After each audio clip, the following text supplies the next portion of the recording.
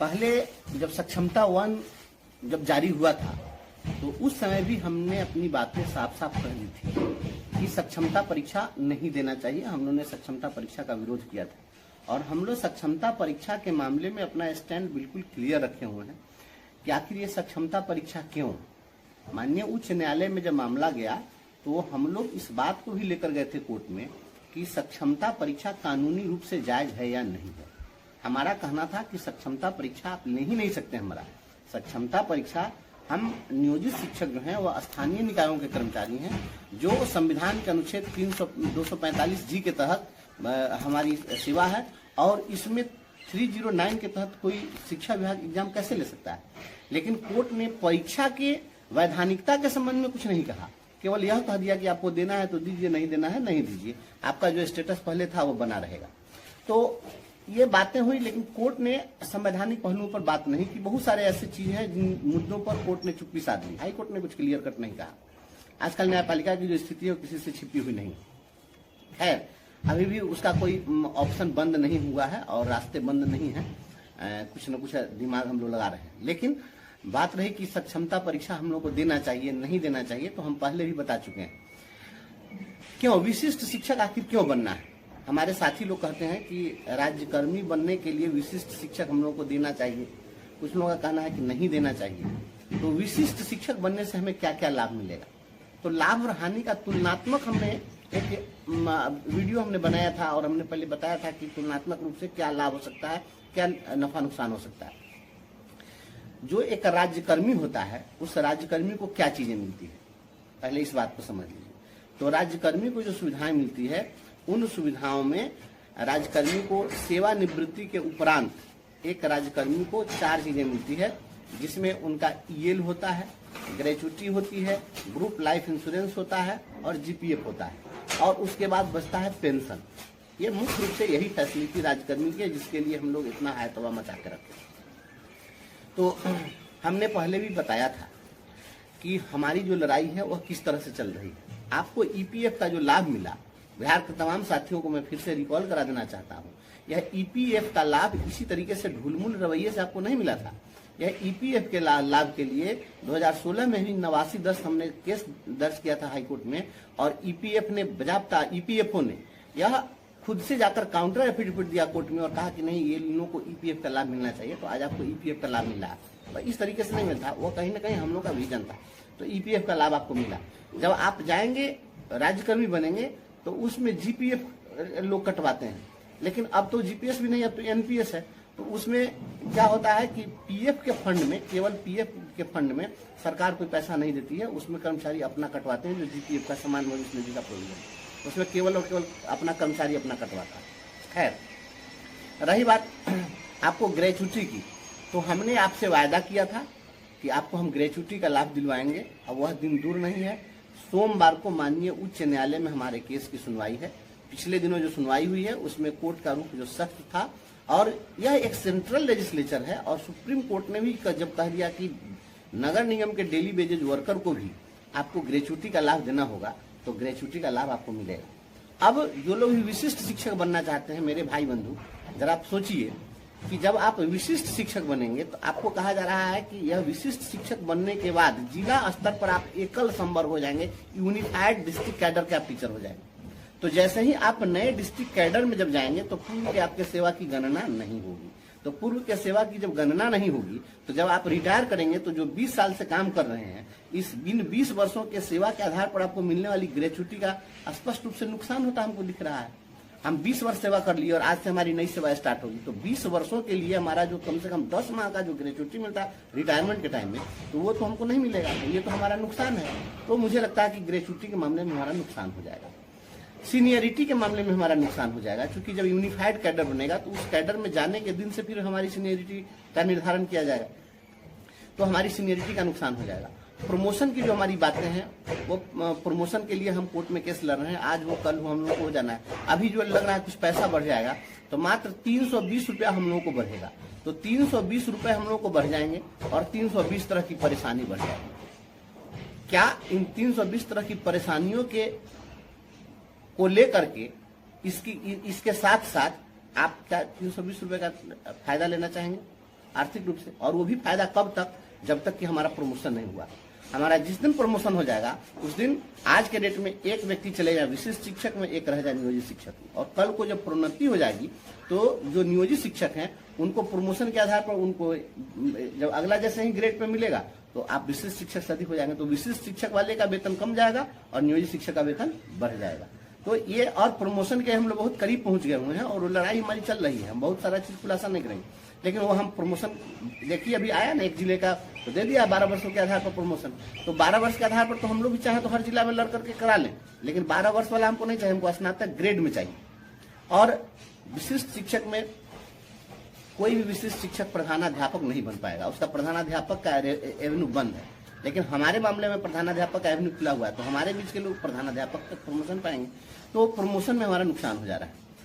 रही बात ईएल की, तो ईएल हम उन लोगों को 300 दिन मिलता है, हम लोगों को 200 दिन मिलता है स्टोर करने के लिए। अभी बात चल रही है सरकार में, हम आपको बता देते हैं, इंटरनल बातें हैं, लेकिन यह बात चली है, उच्च स्तर पर चर्चा चली है इस बात की कि गर्मी की छुट्टी जो पहले से दी जाती थी तो शिक्षकों का पद वेकेशनल पोस्ट होता था, और इसी वेकेशनल पोस्ट होने के कारण शिक्षकों को मात्र रेगुलर टीचर को 14 दिन का ईएल मिल रहा था और नियोजित शिक्षकों को मात्र 11 दिन का ईएल मिल रहा था प्रत्येक वर्ष। तो यह चर्चा चली है क्योंकि ऊपरी स्तर पर लोगों ने बात उठाई कि भाई जब आप सालों भर काम लीजिएगा तो इसको ईएल बराबर क्यों नहीं दीजिएगा। तो अन्य राज्यकर्मियों को 33 दिन का ईएल मिलता है, तो ईएल का लाभ हमें भी मिलेगा और उस ईएल के बदले में पैसा भी देने की बात हो रही है, निश्चित रूप से ये चीज भी मिल जाएगा। तो और अब आई बात एक बच गई है पेंशन की, तो पेंशन पर हम आपको स्पष्ट कर देते हैं, एकदम स्पष्ट रूप से जान लीजिए। जो लोग भी 2012 में 34,540 कोटि के लोग बहाल हुए, ये शिक्षक लोग वह एनपीएस के दायरे में थे। तो एनपीएस के दायरे में जो लोग थे उन लोगों को 10 वर्ष सेवा करने के बाद जब रिटायर किए हैं तो किन्हीं को 1700, किन्हीं को 2000 रुपया यही पेंशन मिला। अब हम लोग नियोजित शिक्षक हैं, हम लोगों को पेंशन नहीं है, लेकिन जो ईपीएफ वाला जो मामला है, ईपीएफ में जो हमारा योगदान होता है, कंट्रीब्यूशन है, सरकार भी जो अंशदान करती है, उसमें भी पेंशन प्लान है। तो पूर्व से जो ईपीएफ का पेंशन प्लान है उसमें था कि 10 वर्षों तक अगर आपकी कटौती होती है तो न्यूनतम 1000 रुपये आपको पेंशन दिया जाएगा ईपीएफ में। लेकिन अब बात चली भारत सरकार में कि पेंशन जो है 1000 रुपया देने का कोई मतलब नहीं है, 1000 रुपया से क्या होगा। तो भारत सरकार ने फाइल बढ़ा दिया डिपार्टमेंट ने, और इस पर बात हो गई है कि न्यूनतम पेंशन 7000 रुपए दिए जाएंगे जिनका 10 वर्ष ईपीएफ में कंट्रीब्यूशन हो चुका है।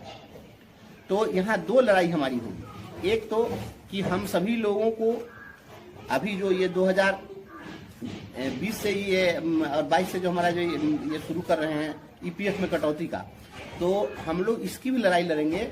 यह प्रोविजन बना हुआ है ईपीएफ एक्ट 1952 में, यह प्रोविजन है कि जिस तिथि से कोई व्यक्ति नियुक्त हुआ है उसी तिथि से उसको ईपीएफ का लाभ देना है, और उस डेट से अगर नहीं दिया गया है तो नियोक्ता को पेनाल्टी के साथ देना पड़ेगा।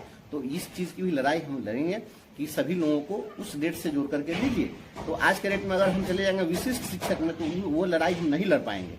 तो हमारे 20 वर्षों का कंट्रीब्यूशन भी सरकार को देना पड़ेगा, और ये इसमें कितने लाख रुपए होंगे और ये जमा करना पड़ेगा, और इसके आधार पर हमारा जो पेंशन होगा बहुत आगे चला जाएगा। तो हम आज जो जाएंगे विशिष्ट शिक्षक में तो उसमें जितना पेंशन मिलेगा उससे ज्यादा पेंशन हमको ईपीएफ में मिल जाएगा। हम जब अभी से जो लोग जाएंगे उसमें 10 साल 15 साल पर जाएंगे तो 2000 3000 रुपया पेंशन मिलेगा एनपीएस में। और वो एनपीएस का पेंशन क्या होता है, एनपीएस का पेंशन शेयर मार्केट आधारित होता है, तो उसका लाभ जो है पेंशन के मामले में भी ईपीएफ वाले लोग ज्यादा बेनिफिटेड रहेंगे जो स्थिति बनेगी। अगर हम पहले की लड़ाई लड़ जाएंगे तो पूर्व की सेवा का सब कुछ देना पड़ जाएगा इनको, और हर हाल में देना पड़ेगा, तो ये चीज हो जाएगा। तो ये मैंने नफा नुकसान बता दिया प्रमोशन के एवेन्यू पर, रिटायरल बेनिफिट और पेंशन के इशू पर हमने इन चीजों को स्पष्ट कर दिया। इसलिए इन चीजों के आधार पर अगर देखा जाए मुझे लगता है कि हमारी जब सेवा नए ढंग से काउंट होगी और हम विशिष्ट शिक्षक बनेंगे तो इन चीजों का हमको नुकसान हो जाएगा। इसलिए मेरी राय यही है कि सरकार अगर बिना शर्त अगर हम लोगों को राज्यकर्मी का दर्जा देती और ये तमाम चीजें पहले वाली सब कुछ दे करके और उसमें सभी चीज को एक्सेप्ट कर लिया जाता, हमारे पूर्व के लेंथ ऑफ सर्विस को काउंट कर लिया जाता, तब कुछ बात बनती। लेकिन ये चीज नहीं। और सरकार की जो मंशा है वह मंशा क्या है, इस चीज को समझना पड़ेगा। सरकार यही चीज चाह रही है कि सभी लोगों को अपने पाले में हम ले, किसी प्रकार से हम ले लें अपने अधीन में। क्योंकि अभी इनका वश नहीं चलता है। अभी जो ये जल्लाद की तरह आदेश पारित कर देते हैं कि इनकी सेवा समाप्त कर दो, पर FIR कर दो, ये कर दो, वो कर दो, तो ये जो करते रहते हैं, तो अगर इनके हाथ में रहता तब तो अभी तक तो इस सबको खा चिवा जाते, गुलो लड़ रहा है। लेकिन अभी कुछ बात ऐसी है कि हम नियोजन इकाई के अधीन है, जो डायरेक्ट इनका वश नहीं चल रहा है, नहीं तो ये पूरी तरह बर्बाद करके रख देते। इसलिए हम समझते हैं कि विशिष्ट शिक्षक की जो ये परीक्षा है, ये सक्षमता 2 ये हम लोग का जो पूर्व का स्टैंड है, उसी स्टैंड पर हम लोग को कायम रहना चाहिए। कोई लाभ इससे हम लोग को नहीं। कुछ शिक्षक का कहना है कि सक्षमता परीक्षा नहीं देने वाले शिक्षकों की संख्या कम हो जाएगी तो उन्हें वेतन मिलने में देरी होगी। देखिए, किसी काम को नहीं करने के हजारों बहाने हैं और उसी काम को कर लेने के भी सैकड़ों बहाने। ये जो लोग भी कह रहे हैं वे लोग कंफ्यूज्ड लोग हैं और उन लोगों को कुछ भी पता होता है नहीं। अब उन लोगों को अपने पक्ष में लॉजिक देना है, क्योंकि उनको परीक्षा देने का मन है, तो वो आखिर जब मन है तो कैसे कहेंगे कि हाँ परीक्षा कैसे देंगे, किस आधार पर देंगे। तो ये तरह तरह की बात सोचते हैं। उनको सपना आता है, सपना में जान गए लोग, भविष्य वक्ता हैं ये लोग। ये फालतू बात है। जो लोग भी कह रहे हैं कि कम संख्या में बच जाएंगे तो वेतन इनको मिलने में परेशानी होगी, ये कम रहेगा तो उसी को वेतन देने में आसानी होगी। ये तो कॉमन सी बात है कि जिसकी संख्या कम रहेगी तो उसके लिए कम पैसे का उपबंध करना पड़ेगा। तो जब कम लोग रहेंगे तो उनको कम पैसा उपबंध करना होगा तो सरकार आसानी से दे देगी। ज्यादा लोगों के लिए ज्यादा पैसे की आवश्यकता होगी, नहीं मिलेगा तो उनको परेशानी होगी। ये कौन सा फॉर्मूला, उल्टा फॉर्मूला पढ़ लेते हैं शिक्षक लोग।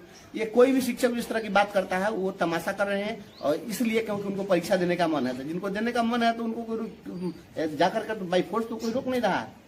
ये तो सहमति असहमति और समझदारी की बात है। इसलिए यह फालतू बात है। कोई भी लोग जो कह रहे हैं कि जो कम लोग बच जाएंगे तो उनको शेर आके बिल्ली आके खा जाएगी, और यही लोग थे तो ये लोग छत्ता अड़े हुए थे, बिचला खम्मा थे तो घर में गिर जाता, ऐसा थोड़ी होता है। एक भी अगर जिस दिन शिक्षक, एक भी व्यक्ति भी नियोजित शिक्षक बचेगा उस दिन तक उनके लिए जो उनका सारा एवेन्यू है खुला रहेगा, और उन नियमावली में जो लाभ प्रदान किया गया है वो सारा लाभ उनको मिलेगा। इसलिए ये फालतू की बात है। ये मैं सिरे से खारिज करता हूँ इस बात को कि कम लोग बचेंगे तो उनको वेतन नहीं मिलेगा, उनको परेशानी, कोई परेशानी नहीं होगी। सोशल मीडिया में यह बात फैलाई जा रही है कि जो भी शिक्षक नियोजित रह जाएंगे उनका भी दूसरे जिले में स्थानांतरण कर दिया जाएगा। ये सोशल मीडिया में रायता फैलाने वाले जो लोग हैं कि क्या मोगेम्बो के घर में जाके झाड़ू पोछा करते हैं, कहा कि इन्हीं को कान में लोग कह दिया है कि नहीं आप परीक्षा नहीं दीजिएगा, जो लोग बच जाइएगा तो आप लोगों को हम दूसरे जिला में भेज देंगे। किसने कहा?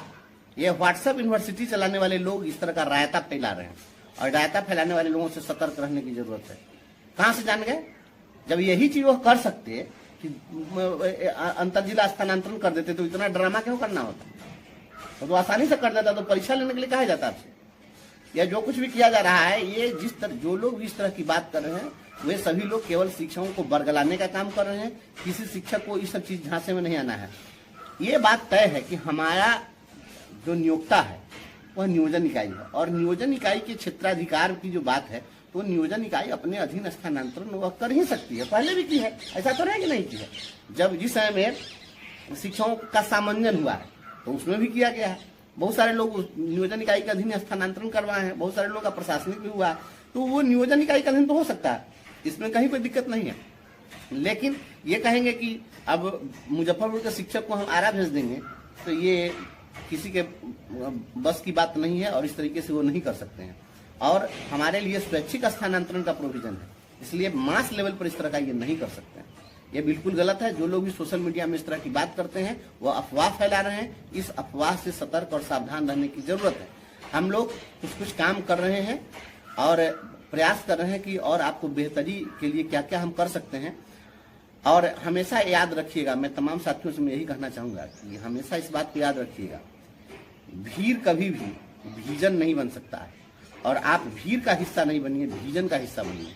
भीड़ का हिस्सा बनिएगा। आज लड़ाई कितने लोग लड़े?